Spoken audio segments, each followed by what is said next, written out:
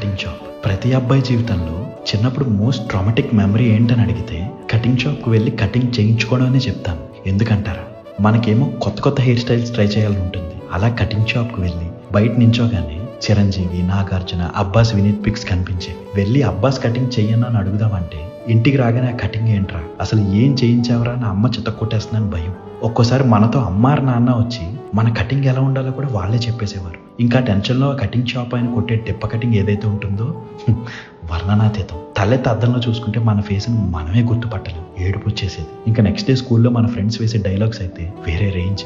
అసలు అమ్మలందరినీ ఒక లైన్లో నిలబెట్టి అడగాలనిపిస్తుంది, ఎందుకమ్మా మీకు డిప్ప కటింగ్ అంటే అంత ఇష్టం అని. నచ్చిన హెయిర్ స్టైల్ పెట్టించుకుందామంటే అప్పుడు ఫ్రీడమ్ లేదు, ఇప్పుడు జుట్టు లేదు, ఏం చేయలేము. అబ్బాయిల లైఫ్లో ఎప్పటికీ మారనిది ఒకటి ఏంటంటే, ఎన్ని హైఫై సెలూన్స్ వచ్చినా చిన్నప్పటి నుంచి ఏ సెలూన్కి అయితే వెళ్ళేవారో ఎన్ని ఇయర్స్ గడిచినా ఆ కటింగ్ షాప్ అయిన ఎన్ని ఘాట్లు పెట్టినా ఆ సెలూన్ని మాత్రం మార్చరు. గర్ల్ ఫ్రెండ్కి లాయల్గా ఉంటారో లేదు తెలియదు, కానీ సెలూన్ షాప్ వాళ్ళకైతే చాలా లాయల్గా ఉంటారు. వాళ్ళు ఫ్యామిలీ మెంబర్స్ లెక్కే అబ్బాయిలకి. వెళ్ళి కూర్చుని పేపర్ చదువుతూ రాజకీయాల నుంచి కష్ట సుఖాలు కూడా చెప్పేసుకుంటాం. నిజమే కదా. ఉంటా అండి.